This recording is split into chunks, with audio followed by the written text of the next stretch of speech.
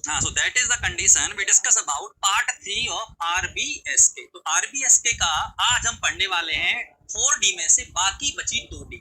एक है डेफिशिएंसी और एक है डेवलपमेंटल डिले। कौन कौन सा बच्चे?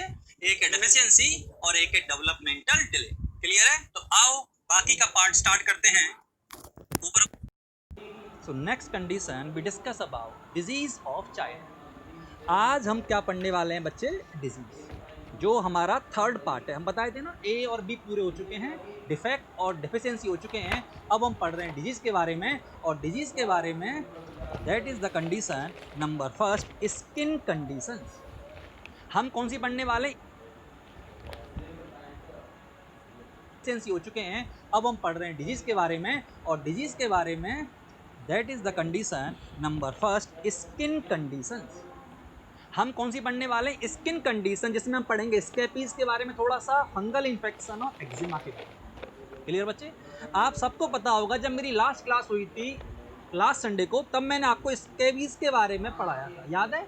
कॉमन चाइल्डहुड प्रॉब्लम में मैं ऑलरेडी डिस्कस कर चुका हूँ स्कैबीज के बारे में, पर नाम आया तो एक बार दोबारा देख लेते हैं। Scabies, eczema and fungal infection. Clear बच्चों?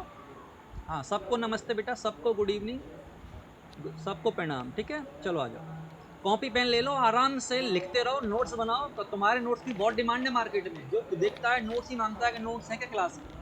इसलिए आप सब अच्छे से लिखते जाना जो मैं बोल रहा हूँ। तो हम 1 बाय 1 स्टार्ट कर रहे हैं। सबसे पहले याद है आपको स्कैबीज के बारे में बताया था। Scabies the caused by mite, that is the sarcoptes scabiei hominis. ये पहले भी बात हो चुकी है इस बारे में बच्चे, तो बार बार मैं इसलिए बोल रहा हूँ कि क्या पता एग्जाम में फिर काम आ जाए।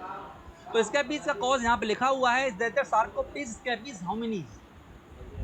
सार्कोप्टीज scabies hominis which burrow the superficial into skin, skin के अंदर होल करके डिपॉजिट रहता है, and transmit by person to person direct contact. Scabies direct contact से फैलता है, इसलिए जब जिस पर्सन को स्कैबीज हो, उस पर्सन या इंसान या बच्चे के पास कोई डायरेक्ट कॉन्टेक्ट नहीं करना चाहिए।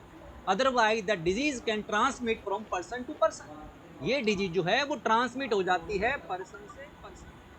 क्लियर बच्चे? गुड। हाँ, ज्योति सही कह रहे हो। ठीक है बच्चे।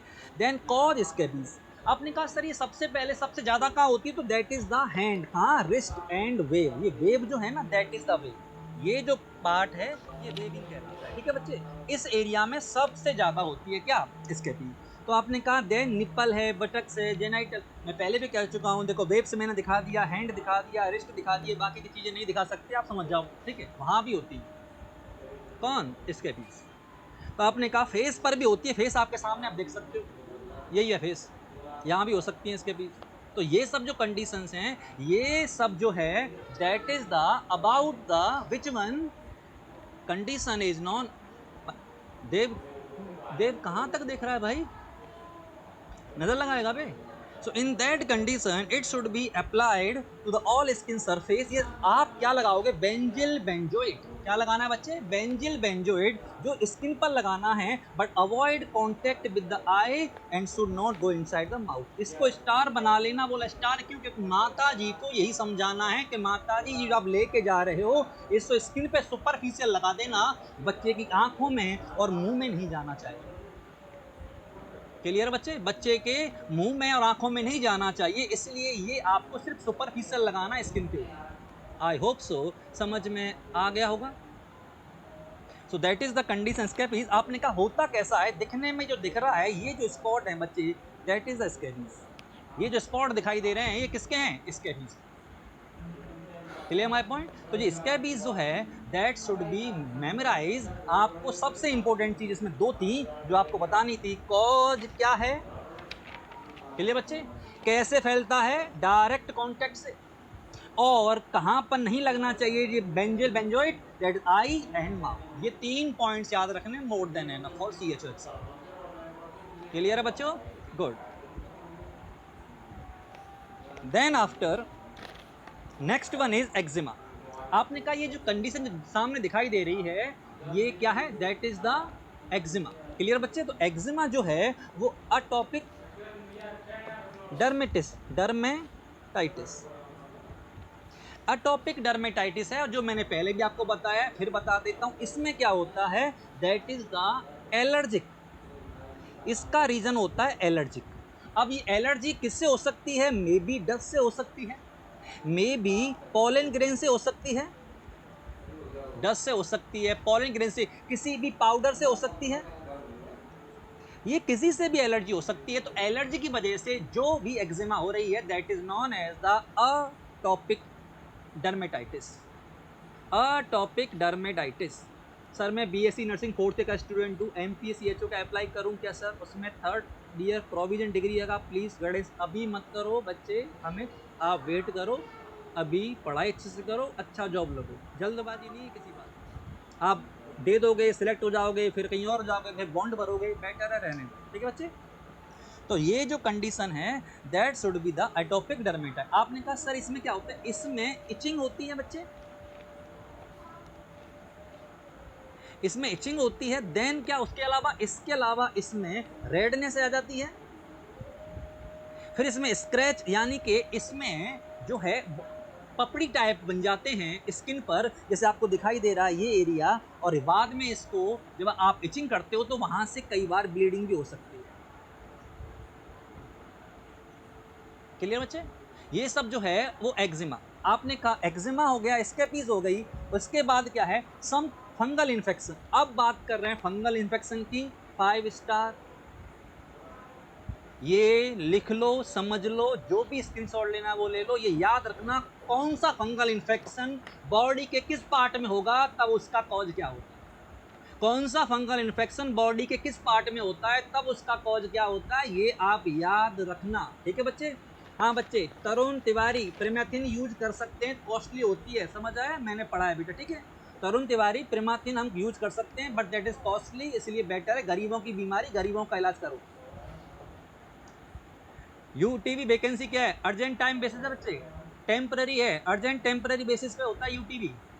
अब क्या है, बेरोजगारी में सब फॉर्म भरोगे तो मैं जानता हूँ यूटीवी भी भरोगे, संविदा भी करोगे, सीएचओ भी करोगे, कर भी कह सकते हो बच्चे, क्योंकि अब है ही नहीं जॉब, अब नहीं है तो आपको पढ़ना पड़ेगा। जॉब तो खूब है, बस मेहनत करनी पड़ती है, ठीक है बच्चे। तो इसलिए थोड़ा सा कंसंट्रेट करो क्लास के ऊपर, डाउट बाद में पूछ लेना यूटीवी के बारे में, ठीक है बेटा।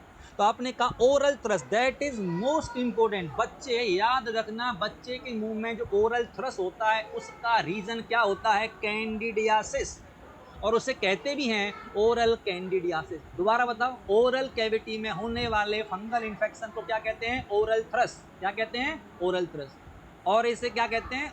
Oral candidiasis. क्या कहते हैं बच्चे? Oral candidiasis. एथलीट फुट पूछे जाए, एथलीट फुट को किस नाम से जानते हैं? That is tinea pedis. क्या कहते हैं इसको? टीनिया पेडिस, ठीक है बच्चे। देन आफ्टर डाइपर रैशेज किसका एग्जांपल है? फंगल इन्फेक्शन का। किसका एग्जांपल है? फंगल इन्फेक्शन का। Then ring bum of groin, groin में जो भी रिंग बम, जो भी फंगल इन्फेक्शन हो रहा है उसे क्या कहेंगे? Tinea cruris. क्या कहेंगे बच्चे? Tinea cruris. और जो फंगल इन्फेक्शन बॉडी में हो रहा है दैट इज टीनिया कॉर्पोरिस। और जो स्कैल्प में हुआ है that tinea capitalis. Tinea capitis. तो ये सब चीजें हैं जो आपको याद रखनी है। एक साथ दोबारा रिवाइज करो बिना देखे, बोलो बच्चे। सबसे पहले ओरल थ्रस्ट, ओरल थ्रस्ट को क्या कहते हैं? Oral candidiasis. क्या कहते हैं? Oral candidiasis. फिर है एथलेटिक फुट को क्या कहते हैं? टीनिया पेडी। क्या कहते हैं? Tinea pedis. डाइपरसिस होता है, ठीक है बच्चे। ग्रोइन में होने वाले फंगल इन्फेक्शन को क्या बोलते हैं? Tinea cruris. क्या कहते हैं? Tinea cruris. रिंग बम जो बॉडी में हो रहा है उसे क्या कहेंगे? Tinea corporis. क्या कहेंगे बच्चे? Tinea corporis. और जो हो रहा है स्कैल्प में उसे कहेंगे टीनिया कैपिटिस। याद रहेगा, ये सारे नाम याद रखने और कोई तरीका नहीं है, याद करोगे तो याद हो भी जाएंगे। क्लियर बच्चे? तो that all are the which one is known as fungal infection. तो हमने कहा फंगल इन्फेक्शन हो गया, एक्जिमा हो गया, और क्या हो गया बच्चे? स्कैबीज। हमें क्या करना चाहिए एज ए सीएचओ? आपको क्या करना है वो मैं बता देता हूं। आप सोप का यूज मना कर देना, माता जी को बोलना सोप यूज नहीं करना। अगर बच्चे को स्किन प्रॉब्लम हो रही है तो वो सोप बिल्कुल नहीं जो कि बच्चों के लिए हैवी होते हैं, माइल्ड डिटर्जेंट काम में लेना है आपको। तो सोप सिंपल सोप है वो काम में नहीं ले, डॉक्टर प्रिस्क्राइब करेगा वही सोप काम में लेना है, ठीक है बच्चे। और क्योंकि कांटेक्ट से फैल रहा है, अरे हाँ या ना, इसलिए कांटेक्ट को अवॉइड करना है, क्लॉथ शेयरिंग मत करना। कांटेक्ट से फैलता है इसलिए क्लॉथ शेयरिंग मत करना। किस में बच्चे? आंसर है फंगल इन्फेक्शन, स्कैबीज और एक्जिमा में। हाँ या ना? बच्चे के जो नेल होते हैं वो छोटे होने चाहिए, नहीं तो खुजाते खुजाते खून निकाल लेगा। समझ आ रहा है बच्चे? तो नेल्स बिल्कुल छोटे होने चाहिए, कांटेक्ट से फैलता है तो क्लॉथ शेयरिंग नहीं होनी चाहिए, सोप का यूज नहीं करना चाहिए। हाँ या ना? जो भी ऑइंटमेंट लगाया है आपको ऑइंटमेंट लगाना है, हाँ या ना? और लाइट कॉटन क्लॉथ पहनाने हैं। ये सब चीजें आप याद रखना, लाइट कॉटन क्लॉथ भी पहनाते हैं, हाँ या ना? That all are the condition which we use to counseling the and educate the mother when the child has fungal infection. Clear है? और ज्यादा अगर कंडीशन ज्यादा सीवियर हो रही है देन आपके पास एक ही चीज है, लौट फिर के क्या करना है आपको? Refer. So that all the condition you should be remember when the condition of known as fungal infection, scabies और eczema. I hope so इतना समझ में आ गया होगा। बिल्कुल पूजा शर्मा, सबका हुआ है, तुम्हारा भी होगा। एंटी दीपक उदयवाल, एंटी फंगल एजेंट निस्टेडिन। बच्चे निस्टेडिन जो आता है that is the common anti fungal drug that we use, ठीक है बच्चे। So that all are the condition we discuss about. पहली डिजीज हम पढ़ चुके हैं, क्या नाम था डिजीज का? फंगल इन्फेक्शन, कॉन्टेक्ट से फैलता है, क्लॉथ शेयरिंग नहीं करना है, ठीक है, ये याद रखना है आपको, समझा देना। Next condition we discuss that is the fungal infection. ये जो दिख रहा है आपको ये कौन सा इन्फेक्शन है बच्चे? फंगल, बिल्कुल डिजिटल है। आई होप सो इतना समझ में आ रहा है। आपने कहा पहली डिजीज के बाद अगला हम पढ़ रहे हैं कौन सा? Otitis media. क्या है बच्चे? Otitis media. आपने कहा कैसे हुआ है ये? इन्फ्लामेशन हुआ है बच्चे। क्या हुआ है? इन्फ्लामेशन। किसका हुआ है? Middle ear. हाँ या ना? वो कैसे हुआ? By eustachian tube. जो कहां से कहां खुलती है? नेजोफेरिंक्स, मिडिल ईयर से नेजोफेरिंक्स में, मिडिल ईयर। हाँ या ना? वो कैसे हुआ? By eustachian tube. जो कहां से कहां खुलती है? नेजोफेरिंक्स, मिडिल ईयर से नेजोफेरिंक्स में। अगर कुछ भी कंडीशन ऐसी हो जाए कि कोई भी माइक्रो ऑर्गेनिज्म एंटर कर जाए मिडिल ईयर में तो फिर वो इन्फ्लामेशन ही करेगा, चाहे रूट कोई सा भी हो, चाहे वो नेजोफेरिंग से एंटर करे चाहे वो बाहर से एंटर करे आउटर ईयर से। पर अगर मिडिल ईयर में गया है that can cause of the child has which one? Otitis media. बच्चे को ओटाइटिस मीडिया होगा। क्लियर है? आपने कहा सर ओटाइटिस मीडिया हो रहा है तो बच्चे में कैसे पता चलेगा? क्लिनिकल फीचर क्या आएंगे ओटाइटिस मीडिया के? सबसे पहले रनिंग ईयर, बच्चे का कान बहने लगेगा, और कई बार उसमें से क्या आती है? पस। ओटोरिया कहते हैं इसे। क्या कहते हैं? ओटोरिया। वो वाली रिया नहीं है, ये दूसरी रिया है, ठीक है बच्चे। तो that is the otorrhoea. Running year पाया जाता है, पस पाई जाती है, ईयर पेन स्टार्ट होता है सीवियर वाला, ठीक है बच्चे। फीवर आएगा बच्चे को ओटाइटिस मीडिया में समटाइम। और बच्चे का जो पेन है, when you touch the ear child start to cry. जैसे ही आप बच्चे के कान को टच करते हो बच्चा रोने लग जाता है, इसका मतलब प्रॉब्लम कान में ही है। ईयर को जैसे टच करोगे आप बच्चा क्या करेगा? रोना स्टार्ट कर देगा। That is all are indication for the which one? Inflammation of ear and that known as the middle ear. I hope so समझ में आ रहा है बच्चे? सो इन दैट कंडीशन आपने कहा ये सब जो साइन है वो किसके हैं बच्चे? That all are the sign of which one? Otitis media. Clear है? अगर आपको ऐसा ज्यादा दिख रहा है तो आपको क्या करना है इनिशियली, और उसके बाद क्या करना है वो आपको बता देता हूं। ठीक है, इनिशियली क्या करना है वो देख लेते हैं एक बार। इनिशियली देखो बच्चे, सबसे पहले आप कोशिश करना कि शुड क्लीन ईयर। जो बच्चे के कान से पस आ रही है उसे क्लीन करना, but educate parents to avoid putting oil in ear. घर वालों को समझा देना, घर वाले क्या, गांव वाले क्या करते हैं, घर में क्या करते हैं, अगर कान में दर्द होता है तेल को गर्म करके डाल देते हैं, ऐसा मत करना और समस्या बढ़ जाएगी।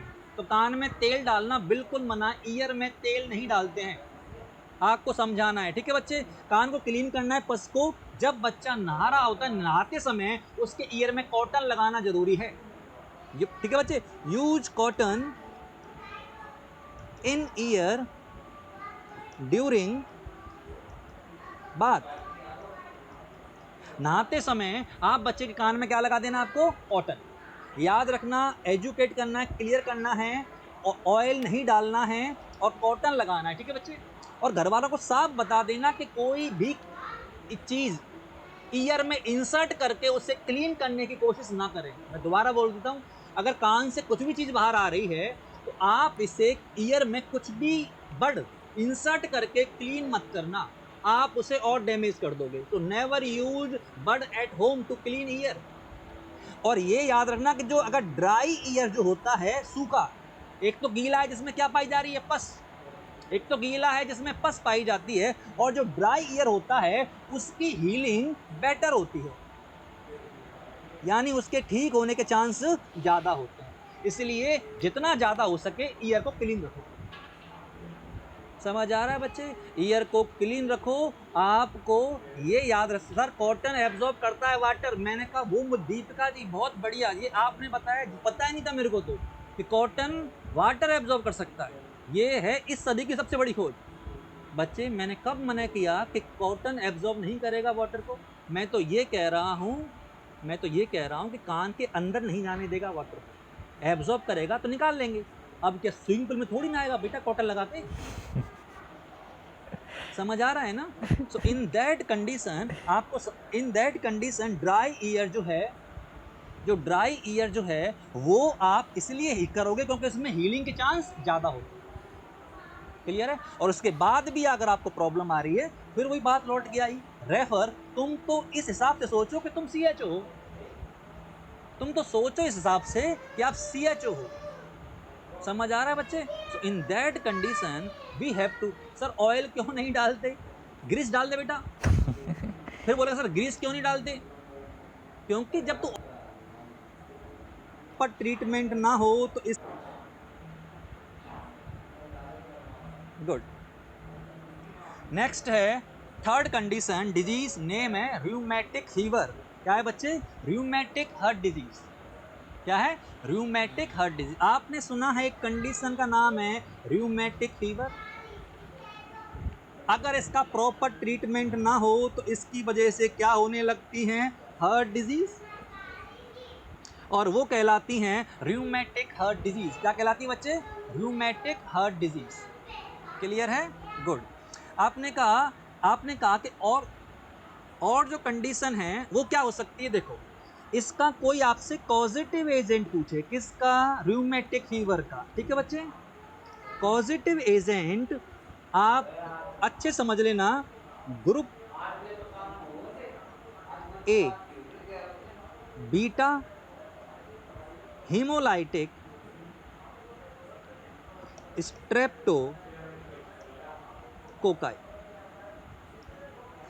Group A beta hemolytic streptococci is the causative agent of the which one, rheumatic fever। Exam में 10 बार आ चुका है, 11 बार फिर आएगा, और भूलना मत। क्या नाम बच्चे, group A beta haemolytic, group A beta haemolytic streptococci. मैंने बीटा ऐसे लिखा है, मैं चाहता तो बीटा ऐसे भी लिख देता, पर अगर मैं बीटा वैसे लिखता तो आपको बीटा ही बीटा दिखाई देता और आप एग्जाम में लिख देते group B.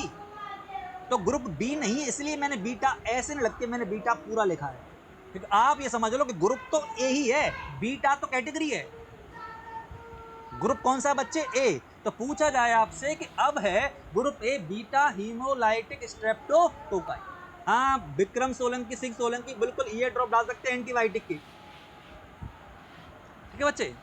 So in that condition, तो इन दैट कंडीशन सबसे पहले एग्जाम में याद रहेगा क्या है ये, that is the group A beta haemolytic streptococci. क्या है ये, जिनको पता है वो जानते हैं, सिंपल बैक्टीरिया है, क्योंकि आजकल वायरस चल रहा है तो वायरस में टिका देना, ये क्या है, बैक्टीरिया।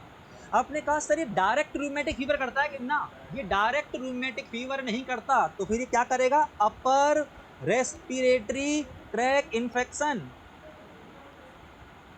ये सबसे पहले क्या करता है, अपर रेस्पिरेटरी ट्रैक इन्फेक्शन।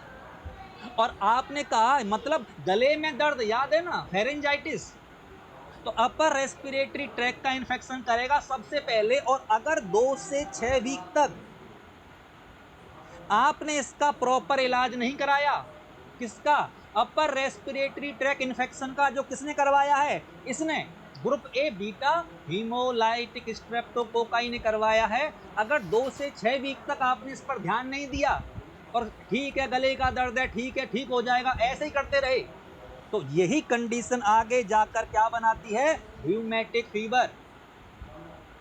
क्या बना देती है, रूमेटिक फीवर। कब, जब आपने क्या छोड़ दिया इसको, अनट्रीटेड।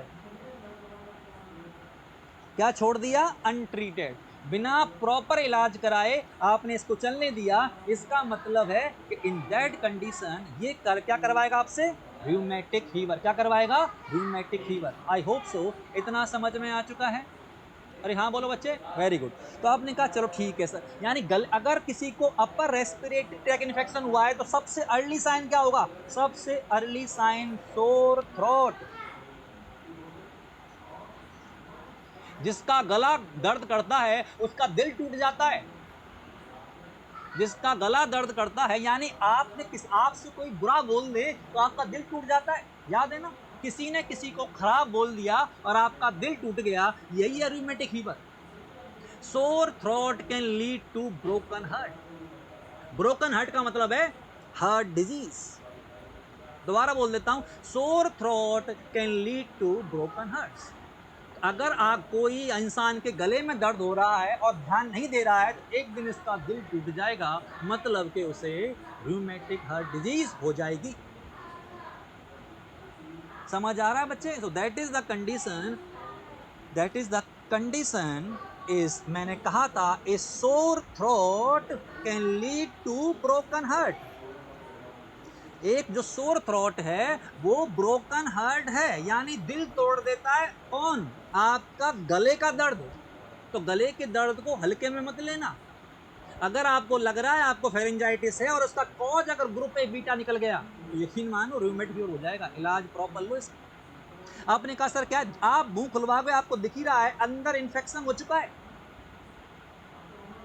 समझ में आ रहा है ना। तो ये जो इन्फेक्शन हुआ है इसकी वजह से क्या होने वाला है, कंडीशन क्या होने वाली आगे चलकर, रूमेटिक फीवर। दोबारा बोलो क्या है बच्चे, रूमेटिक फीवर। हाँ या ना, हाँ या ना, इस दहा संजना चौधरी, बिल्कुल, जो बोल नहीं पाया उसका दिल पक्का टूटेगा, बिल्कुल बच्चे, नहीं बोलेगा तो दिल टूटेगा ही। बंसीलाल तेवेटा, बेटा क्या रिपीट करना है ये तो बता दे, क्लियर है। सो इन दैट कंडीशन, हाँ सब में होती है, वो अलग बात है कि 15 साल तक कॉमनली पाया जाता है रूमेटिक फीवर, और होने को किसी में भी हो सकता है। रूमेटिक फीवर का कोई आपसे एज कैटेगरी पूछे, 5 to 15 years most common age for the rheumatic fever, star बना लेना बिल्कुल।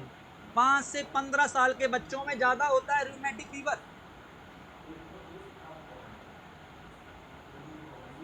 क्लियर है बच्चे। तो इन दैट कंडीशन, आपने का सोर थ्रोट है, आपको ये याद रखना जब भी रूमेटिक फीवर का जिक्र होगा तब तब जॉन्स का जिक्र पक्का होगा। कौन, जॉन्स। जॉन समझते हो ना बच्चे, वही, अरे जॉन इब्राहिम नहीं, डकेट जोन्स। क्या नाम है इसका, डकेट जोन्स। हाँ बेटा, एडल्ट में भी होता है, एडल्ट में भी हो सकता है, मना नहीं कर रही, पर मैंने ज्यादातर बताया किस में होता है, ज्यादातर होता है 5 से 15 साल के बच्चे, क्लियर है। वसीम रंगरेज, बेटा बाद में भी होता है, निकिता बता तो दिया। सो इन दैट कंडीशन आपने कहा ठीक है, क्या नाम बताया मैंने, Duckett Jones. Duckett Jones criteria कहते हैं इसे। ये स्लाइड जिसने पढ़ ली उसको रूमेटिक फीवर क्लियर हो गया। इस स्लाइड में ही सब कुछ दिया रखा है रूमेटिक फीवर का, इसी में से क्वेश्चन बनेगा 101%। आपने कहा क्या होता है सर डकेट जोन्स क्राइटेरिया? तो डकेट जोन्स क्राइटेरिया में मेजर क्राइटेरिया भी होते हैं और माइनर क्राइटेरिया भी होते हैं और एसेंशियल क्राइटेरिया भी होते हैं, पर मेनली दो होते हैं, मेजर और माइनर। कौन कौन से बच्चे? मेजर और माइनर। क्लियर? तो आपने कहा in that condition major criteria का मेनोमिक्स है केसेस। केसेस का मतलब है क्या? CASES, that is the major criteria. C for carditis, A for arthritis, लिख लेना, छाप लेना। आपने कहा पहला कार्डाइटिस, दूसरा आर्थराइटिस, तीसरा है सबक्यूटेनियस नोड्यूल, सबक्यूटेनियस नोड्यूल, और अगला है इरिदेमा मार्जिनेटम, और उसके बाद है साइडनहेम्स कोरिया। ये पांचों याद होने चाहिए अभी के अभी, घर के लिए नहीं छोड़ना। दोबारा बोलो, केसेस C इजिकल टू कार्डाइटिस। सी नहीं बेटा, क्लियर नहीं दिख रहा? क्लियर सुनाई तो दे रहा है ना? तो इन दैट कंडीशन आपने कहा कि केसेस का मेनोमिक्स क्या है? सबसे पहले C इजिकल टू कार्डाइटिस, क्या है बच्चे? Carditis. Then A equal to arthritis, S equal to subcutaneous nodule. कौन सा बच्चे? सबक्यूटेनियस नोड्यूल, इरिदेमा मार्जिनेटम और साइडनहेम्स कोरिया। ये हो गए मेजर किसके? Duckett Jones criteria. 5 है। क्लियर है? कार्डाइटिस आप भी जानते हो, inflammation of all layer of heart, heart की सभी लेयर का इन्फ्लामेशन होना। और कितनी लेयर होती हैं? आंसर है 3। तो तीनों लेयर का क्या हो जाएगा? Inflammation, that is the carditis. बात समझ में आई? आर्थराइटिस कौन सा होगा? आंसर है पॉलीआर्थराइटिस। समझ आ रहा है? कार्डाइटिस कौन सा होगा? आंसर है पेन कार्डाइटिस। क्लियर बच्चे? एक बार रिफ्रेश कर लो, सब क्लियर हो जाएगा। ठीक है बच्चे? तो इन दैट कंडीशन आपने कहा कि C इजिकल टू क्या है? कार्डाइटिस। कौन सा? Pancarditis. A equal to क्या है? आर्थराइटिस। कौन सी? पॉलीआर्थराइटिस। सब क्यूटेनियस नोड्यूल्स हैं, इरिदेमा मार्जिनेटम है और साइडनहेम्स कोरिया। ये तो हुए मेजर 5। अब देखते हैं माइनर। माइनर है फ्रैप, FRAPP, FRAPP। आपने कहा फ्रैप, फ्रैप पहला है फीवर। अरे रूमेटिक फीवर में फीवर नहीं आया तो क्या क्या खाका आया? जिसका नाम ही रूमेटिक फीवर है, फीवर तो बनता ही है। तो आपने कहा फीवर आएगा, बिल्कुल आएगा। कितना? More than 37.5 degree Celsius. सत्य वचन। समझ आ रहा है बच्चों? आपने कहा अगला है increase ESR, erythrocyte sedimentation rate, और C reactive protein, CRP, C reactive protein. ये बढ़ेगी क्यों? क्योंकि ये तो इन्फेक्शन को बताता है कि इन्फेक्शन हुआ है, और इन्फेक्शन होगा तो ESR और CRP तो बढ़ते ही हैं। बात समझ में आ रही है बच्चे? Sydenham's chorea, Shivani Bag, Sydenham's chorea is the purposeless jerky movement, purposeless jerky movement is known as the Sydenham's chorea. समझ आया बच्चे? तो आपने कहा that the arthralgia, joint pain, clear है, and previous exposure of rheumatic fever, पहले जिसको रूमेटिक फीवर हो चुका है, अगले बार के लिए उसके पास ऑलरेडी एक माइनर क्राइटेरिया है। समझ आई मेरी बात? आपने कहा ये क्या, ये छोड़ दिया, इसको थोड़ा ध्यान सुनो, स्टार बना रहा हूं, कुछ नई बातें बताऊंगा, सुन लेना। इसने कहा प्रोलॉन्ग PR इंटरवल, यानी ये बात कर रहा है ECG की। किसकी बात कर रहा है? ECG की। माइनर क्राइटेरिया में एक बात स्टार बना लो दिमाग के अंदर, ECG फाइंडिंग्स को न्यू जोन्स क्राइटेरिया में इंक्लूड नहीं किया गया। अब इसको ऐड नहीं मानते, न्यू जोन्स क्राइटेरिया में अब नहीं ऐड किया गया है। किसको? किसको? आंसर है prolong PR interval. ECG findings अब पार्ट नहीं है माइनर क्राइटेरिया का। क्लियर है बच्चों? अब पार्ट नहीं है किसका? माइनर क्राइटेरिया का। तो साइडनहेम्स, गौरव जोशी, यादराम कोरिया नहीं है, साइडनहेम्स कोरिया। बेटा सही तो लिख कम से कम। और सुन गौरव जोशी, अभी तो बताया था पर्पजलेस जर्की मूवमेंट, क्या बताया था बेटा? पर्पजलेस जर्की मूवमेंट, उसे क्या कहते हैं? कोरिया। क्लियर बच्चों? गुड। तो आपने कहा ईसीजी फाइंडिंग्स को ऐड नहीं कोई पूछे, माइनर क्राइटेरिया में से किसको हटा दिया गया है? आप क्या टिक करके आओगे? ईसीजी फाइंडिंग को हटा दिया गया है। और ईसीजी फाइंडिंग में क्या देखते थे? PR interval. क्या देखते थे? PR interval. आई होप सो इतना आपको समझ में आ गया होगा। अब मैं ये बता देता हूं कि इन मेजर और माइनर के बाद आप डायग्नोस कैसे करोगे। तो ये जो रिमार्क है वो आप याद रखना। कब कहोगे रूमेटिक फीवर हो गया? कितने मेजर क्राइटेरिया थे आपके पास? 5। कितने थे? 5। इनमें से एनी 2 आर प्रेजेंट। अगर इनमें से कोई 2 भी प्रेजेंट हैं तो भी उसे क्या माना जाएगा? Rheumatic fever. सत्य वचन। 5 में से कोई 2 प्रेजेंट हो तो उसे क्या कहा जाएगा? उसे कहा जाएगा क्या? Rheumatic fever. या फिर ऐसा हो एक मेजर प्रेजेंट हो और 2 माइनर प्रेजेंट हो तो भी उसे क्या कहा जाएगा? Rheumatic fever. सत्य वचन। याद रखना बच्चे, अगर या तो दोनों मेजर क्राइटेरिया हो या एक मेजर 2 माइनर क्राइटेरिया हो तो क्या कहा जाएगा? उसे कहा जाएगा रूमेटिक फीवर। क्या कहा जाएगा? Rheumatic fever. हाँ बेटा, 37.5 डिग्री सेल्सियस है दीपशिका। अगर ये मोर देन 37.5 होगा तभी तो। अगर 37.5 सेल्सियस नहीं क्या होगा? फ़ारेनहाइट। तो आंसर कैसे बनेगा? ठीक है बच्चे, नेक्स्ट क्लास का पता नहीं है, आज का तो देख लो सब ना, नेक्स्ट का फिर देखेंगे। तो आपने कहा ये that condition is known as the rheumatic fever. अगर कोई कमेंट बॉक्स में कोई क्वेश्चन पूछ रहा है, मैंने सुबह भी आपको बोला था अगर किसी और बच्चे को पॉइंट्स नहीं पढ़ पाता मुझे पढ़ा, जल्दी करो बट।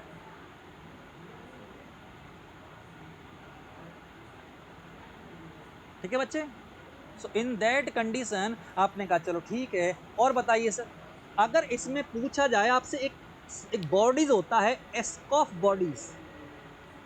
क्या नाम है? एस्कॉफ बॉडीज। ये 5 स्टार क्वेश्चन है रूमेटिक फीवर का। एस्कॉफ बॉडी किस कलर की होती है? आंसर है व्हाइट कलर की होती है।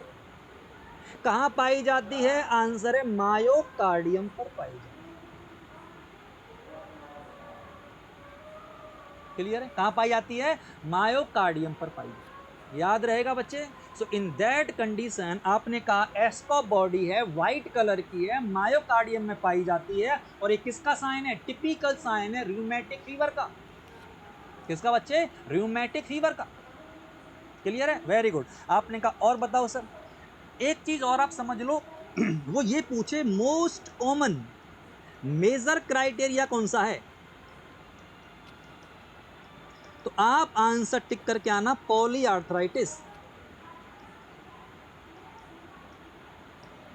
क्या करना? Poly arthritis. याद रहेगा बच्चे, poly arthritis is the most common major criteria in rheumatic fever. Clear बच्चे? आपने कहा और बताइए सर कि हार्ट में मेन प्रॉब्लम क्या आती है? हार्ट में मेन प्रॉब्लम क्या आती है रूमेटिक फीवर के अंदर? और उसे कहते हैं मिट्रल वॉल्व डिस। बच्चे आपने कहा और बताइए सर कि हार्ट में मेन प्रॉब्लम क्या आती है? हार्ट में मेन प्रॉब्लम क्या आती है रूमेटिक फीवर के अंदर? और उसे कहते हैं मिट्रल वॉल्व डिसफंक्शन। क्या कहते हैं उसको? Mitral valve dysfunction.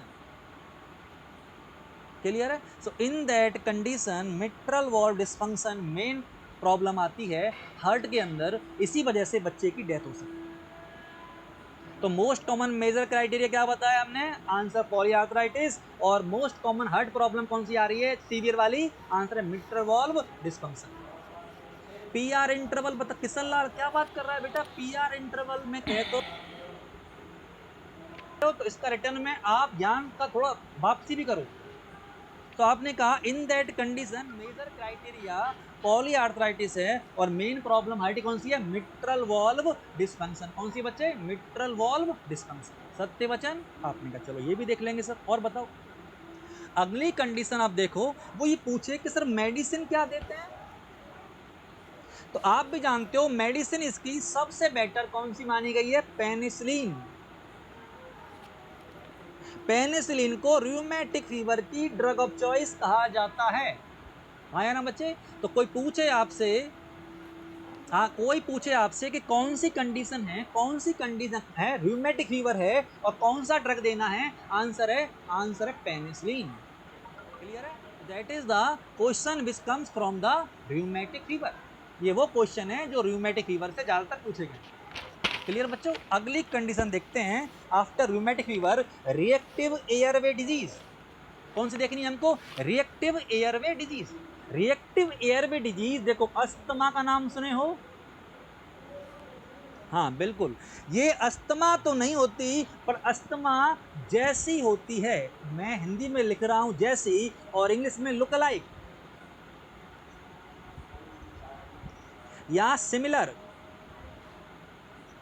क्लियर बच्चे। तो ये जो कंडीशन है ये अस्थमा जैसी होती है, लुक लाइक होती है, ये सिमिलर होती है, पर अस्थमा हो भी सकती है और नहीं भी हो सकती, मे और मे नॉट।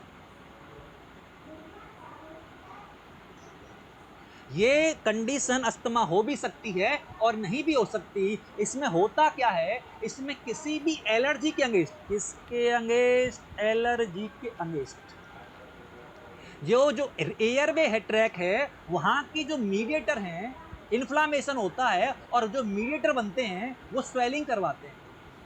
कुल मिलाकर इतना समझ लीजिए, एलर्जी की वजह से एयरवे नैरो हो गया है और एयरवे नैरो हो जाता है तो सांस लेने में प्रॉब्लम आती है और जो सांस लेने में प्रॉब्लम आती है उसी प्रॉब्लम को क्या कहते हैं, रिएक्टिव एयरवे डिजीज।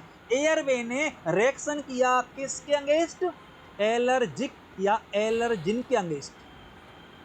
अगर एलर्जिन के अगेंस्ट ये रिएक्शन दिखा रहा है हमारा रेस्पिरेटरी ट्रैक, तो अस्थमा हो भी सकता है और नहीं भी हो सकता।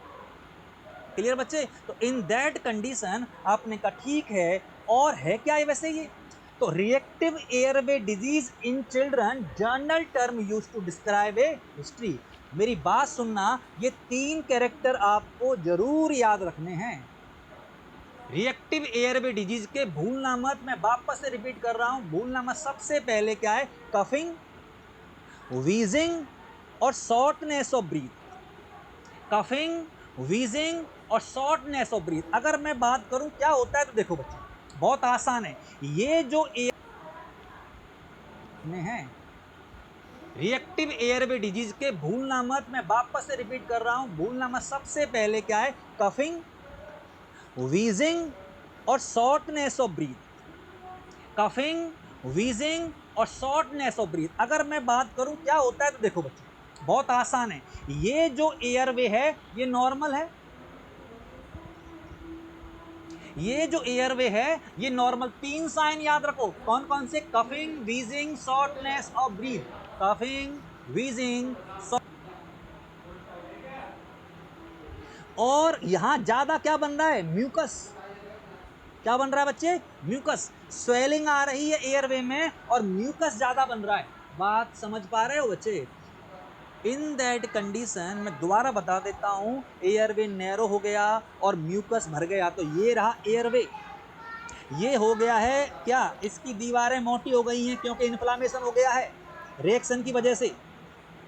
और इसमें अब क्या भर रहा है बच्चे, इसके अंदर भर रहा है म्यूकस। क्या है, म्यूकस। तो इस म्यूकस को बाहर एक्सपेल करना है। क्या करना है, एक्सपेल। और एक्सपेल करने के लिए क्या करना पड़ेगा, आंसर है कफिंग। क्या करना पड़ेगा, कफिंग। तो पहला साइन समझ में आया, कफिंग होगी। मिट्टल वॉल प्रोलैप्स होता है 16 आने, मिट्टल वॉल प्रोलैप्स। ठीक है बच्चे।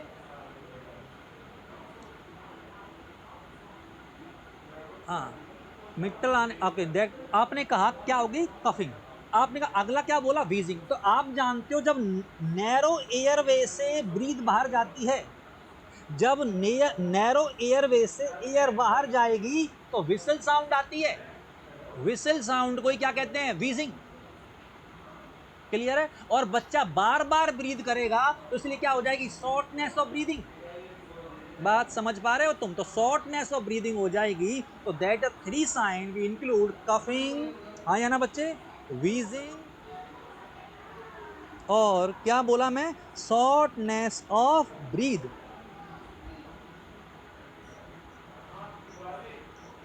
तीन साइन याद रहेगा किसके हैं, इसका है that is the reactive airway disease. क्या बोला मैं, रिएक्टिव एयरवे डिजीज, जो लुक लाइक कैसी होती है, अस्थमा जैसी। ठीक है, तो आपने कहा चलो इतना तो ठीक है। और क्या है अगली कंडीशन, अगली कंडीशन है डिजीज में लास्ट कंडीशन है डेंटल कैरीज। हिंदी में कहते हैं रोटन टूथ, सड़ा हुआ दांत, और या कहते हैं टूथ डिके, दांत का टूटना या गिरना, या दंत क्षय हिंदी में कहते हैं। और 4-5 नाम बता दिए, उर्दू आती नहीं। समझ आया? तो आपने कहा डेंटल कैरीज, या टूथ डिके, या इसे कहते हैं रोटन टूथ, गला हुआ दांत, सड़ा हुआ दांत। आपने कहा सर ये क्या होता है, हमने ये बच्चों में ज्यादा देखा है कि बच्चे क्या करते हैं, दूध पीते हैं और सो जाते हैं, और दूध पीते हैं सो जाते हैं, तो उस कंडीशन में जो शुगर है वो दांतों पे जमा हो जाता है, और जो शुगर दांतों पे जमा होता है उसमें बैक्टीरिया ग्रोथ करने लग जाते हैं, और शुगर से रिएक्शन करके एसिड बना देते हैं, और जो एसिड बनता है वो इनेमल को तोड़ देता है। किसको तोड़ देता है, इनेमल को।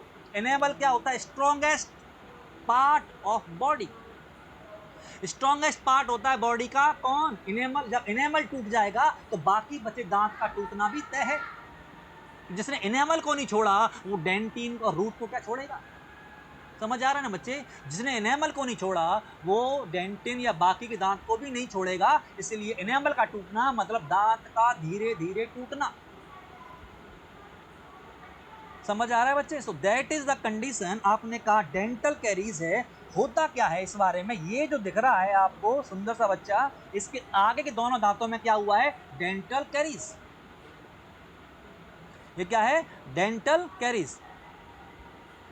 भाई कफिंग होने का रीजन क्या है, अभी तो बताया बेटा, कफिंग इसलिए हो रहा है कि म्यूकस जमा हो रहा है, म्यूकस को क्लियर करना जरूरी है, तो कफिंग रिफ्लेक्स के द्वारा म्यूकस क्लियर होता है। अभी तो बताया बेटा, ठीक है, दैट इज द कंडीशन। तो आपने कहा नेक्स्ट है ये जो दिख रहा है दांतों में आगे, that is the dental caries.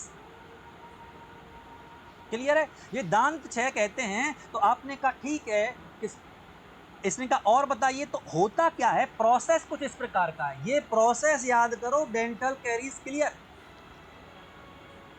आप पूछ रहे हो कि रिएक्टिव एयरवे डिजीज का ट्रीटमेंट क्या है, ब्रोंकोडायलेटर देते हैं बच्चे, आप भी पढ़ते हो अस्थमा में। क्लियर? तो इन दैट कंडीशन ये जो है डेंटल, संजू सर दांतों पे ब्लड आना कौन सा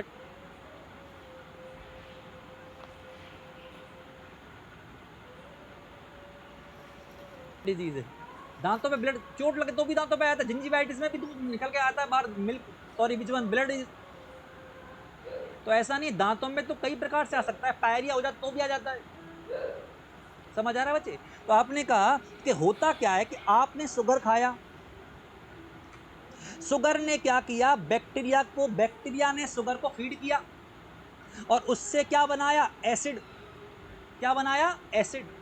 समझ लो जो मैं कह रहा हूं, ठीक है? आपने कहा एसिड बनाया तो डैमेज कौन हुआ, टूथ की सरफेस, और टूथ की सरफेस डैमेज हुई तो धीरे धीरे उसमें क्या हो गया, होल। क्या हो गया, होल। और इस होल को कहते हैं कैविटी। क्या कहते हैं, कैविटी। बात समझ में आ रही है? डेंटल कैरीज धीरे धीरे होती है बच्चे, ठीक है, एक साथ नहीं होती। ये हार्ट अटैक नहीं है कि सुबह हुई रात को खत्म।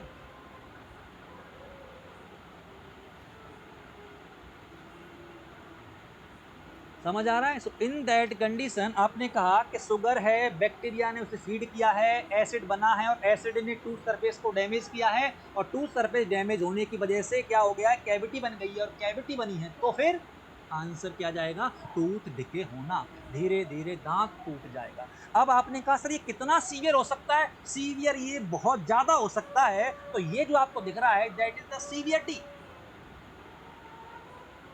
That is the severity. देखो स्टार्टिंग में सिर्फ एक होल हुआ था इनेमल में, इनेमल कैरीज, स्टार्टिंग में सिर्फ इनेमल में होल हुआ था तो इनेमल कैरीज बना था, अरे हाँ या ना बच्चे। इसके बाद फिर क्या हुआ है देखो, डेंटिन कैरीज, फिर धीरे धीरे डेंटिन इन्वॉल्वमेंट होने लग गया।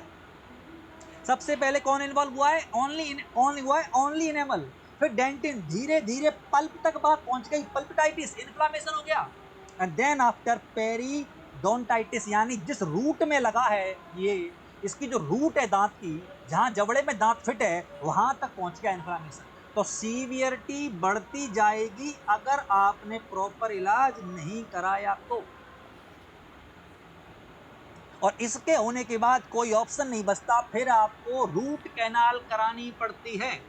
समझते हो आरटी, रूट कैनाल करानी पड़ती है, और रूट कैनाल ही इलाज बचता है, या तो इस दांत को निकालना पड़ेगा और या इसकी फिर क्या करानी पड़ेगी, रूट कैनाल।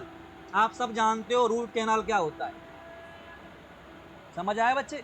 तो आपने कहा that is the condition we discuss norm, that is the condition between of the dental caries. सबसे पहले किसका इन्वॉल्वमेंट हो रहा है, इनेमल का, फिर डेंटिन का, फिर पल्प का, और फिर पेरिओडेंटाइटिस, यानी बोन और टीथ दोनों इन्वॉल्वमेंट हो गए। कौन सी बोन, जिस बोन में ये दांत लगा हुआ था, फिट था। समझ आ रहा है बच्चे। तो ये वही है कि सही कहा बच्चे ने, बात कहां से कहां तक पहुंच गई देखते देखते। क्लियर।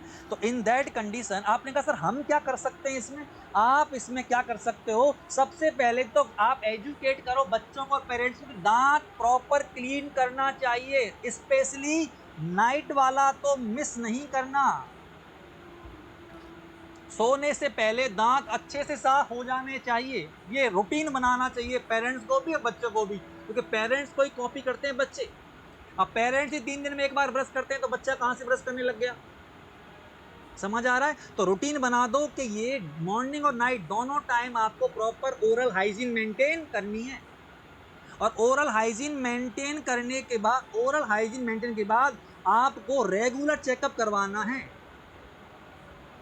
रेगुलर चेकअप जरूर करा लेना, क्योंकि बच्चे को एक बार कैरी स्टार्ट हो गई तो फिर वो दांत का बचना बहुत मुश्किल है, और ये आगे स्प्रेड होगी। रूट कैनाल के बाद बेटा कैपी लगाई जाती है, समझ आए, जरूरी है, रूट कैनाल होता है तो फिर कैपी लगता है। हाँ, नवीन का तानसेन खाने से होता है, बिल्कुल सही पकड़ा है तू। तो in that condition regular checkup कराना है, ठीक है। आपने कहा और कुछ है, देखो आपको रूटीन केयर बतानी है, रूटीन केयर करना है, ओरल केयर अच्छे से करनी है, माउथ वॉश भी अगर बच्चा यूज कर सकता है अच्छी बात है। आप दांतों के बारे में एक बार देख लीजिए, ये जो टीथ होते हैं, देखो बच्चे अप टू 6 ईयर तो ओनली मिल्क टीथ पाए जाते हैं, ठीक है बच्चे। 6 to 12 ईयर बोथ मिल्क भी पाए जाते हैं और परमानेंट भी पाए जाते हैं, और आफ्टर 12 ईयर्स ओनली परमानेंट।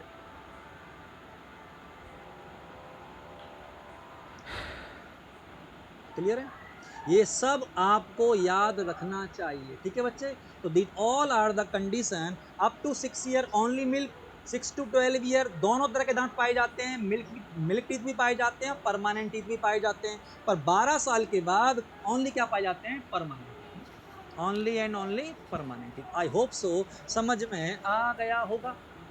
आपने कहा और कुछ कर सकते हैं रूट कैनाल के अलावा कोई, और इनिशियल, अगर इनिशियल स्टेज है,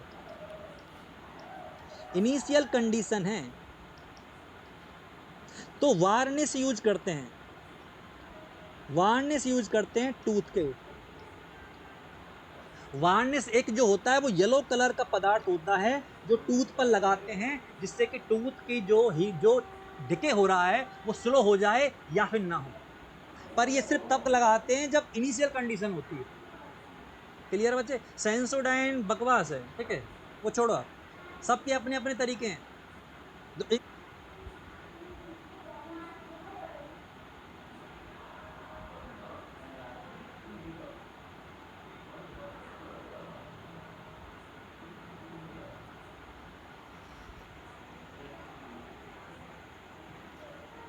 और ये सिर्फ तब लगाते हैं जब इनिशियल कंडीशन होती है। क्लियर बच्चे? सेंसोडाइन बकवास है, ठीक है, वो छोड़ो आप, सबके अपने अपने तरीके हैं। तो इन दैट कंडीशन, जो इनिशियल कंडीशन है वो आप जरूर याद रखना, वार्निश है that is the which one, tooth पे लगाते हैं और दैट कलर होता है कौन सा, येलो। और या फिर लास्ट में क्या करना पड़ेगा आपको, रूट कैनल।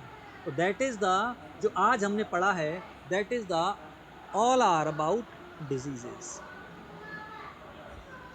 अभी जो हमने पढ़ा है वो डिजीज के बारे में पढ़ा है, ठीक है बच्चों। तो डिजीज पढ़ चुके हैं, अब डिजीज के क्वेश्चन करने हैं हमको, ठीक है। सद्दाम खान, थैंक यू बच्चे। तो आपको ये जो क्या करने हैं, दैट इज द सर सीख जाइए उर्दू, हाँ बेटा सीखना पड़ेगा, आप यही करना है नेक्स्ट टाइम, ठीक है। I have no problem with that, I am comfortable, मुझे कोई सिखाएगा तो मैं सीख भी लूंगा, ठीक है बच्चे। तो आपने कहा कि अब हम डिजीज क्वेश्चन पूरा पढ़ चुके हैं, डिजीज के बाद अब हम पढ़ रहे हैं अगली कंडीशन, और नाम है उन चीजों का एमसीक्यू। तो आप सब अब एमसीक्यू पे ध्यान दीजिए, ठीक है बच्चे, एमसीक्यू पे ध्यान दीजिए। और ये एमसीक्यू आने वाले हैं, सबको आंसर देना है, ठीक है, कोई भी बच्चा रहना नहीं चाहिए बिना आंसर करे, सबको आंसर प्रॉपर देना है, ठीक है। क्वेश्चन ओके, चलो इससे पहले एक लास्ट कंडीशन और देख लेते हैं एमसीक्यू से पहले, दैट इज द एपिलेप्सी। कौन सा बच्चे, एपिलेप्सी। बच्चों में बहुत सारे ब्रेन एबनॉर्मेलिटी की वजह से एपिलेप्सी हो सकती है, जिसमें क्या आते हैं, कन्वर्जन। क्या आते हैं बच्चे, कन्वर्जन। क्लियर है? इसमें बहुत सारे कन्वर्जन आते हैं। तो इन दैट कंडीशन, ये कन्वर्जन कई टाइप के होते हैं, पर जनरलाइज्ड सीजर बच्चों में कॉमन होती है। बच्चों में सबसे ज्यादा पाई जाने वाली कौन सी सीजर होती है, जर्नलाइज्ड टॉनिक क्लॉनिक सीजर। कौन सी बच्चे, जर्नलाइज्ड टॉनिक क्लॉनिक सीजर। ये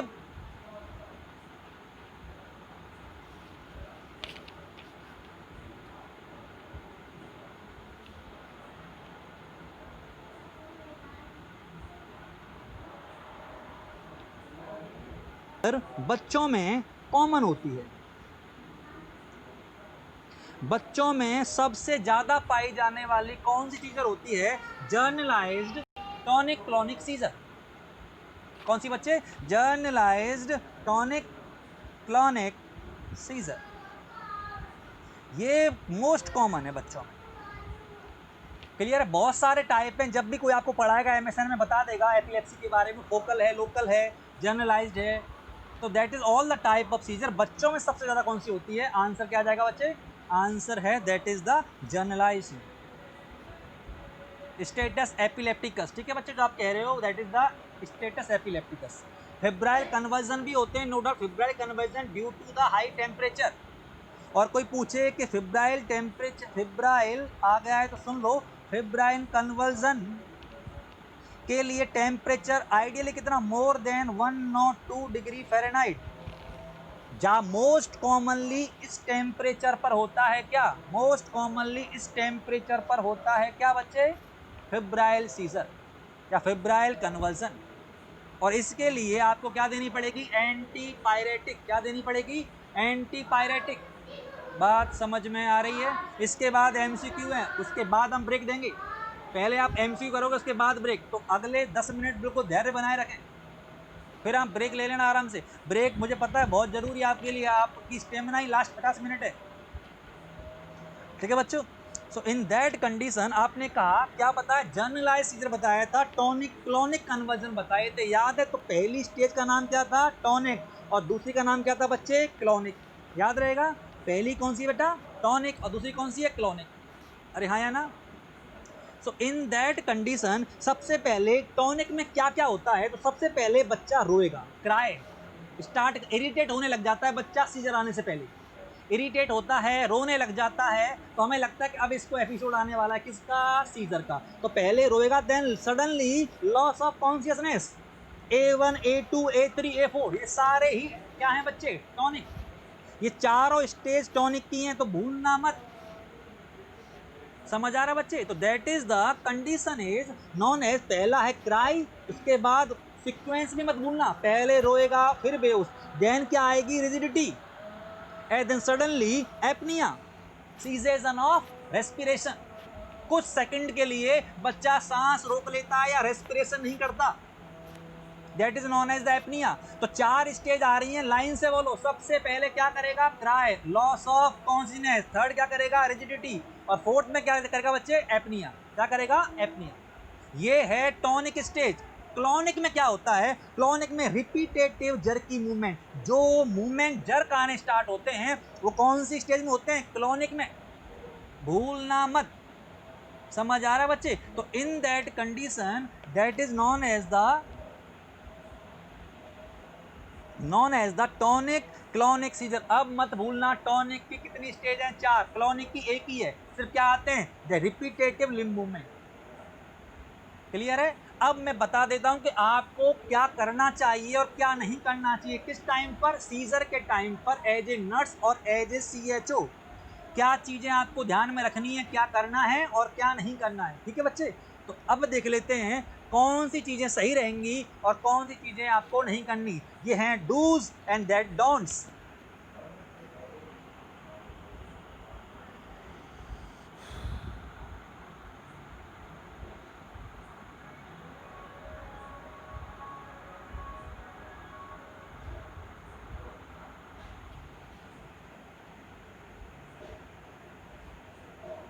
है और क्या नहीं करना है। ठीक है बच्चे? तो अब देख लेते हैं कौन सी चीजें सही रहेंगी और कौन सी चीजें आपको नहीं करनी। ये हैं dos and that don'ts. Dos and don'ts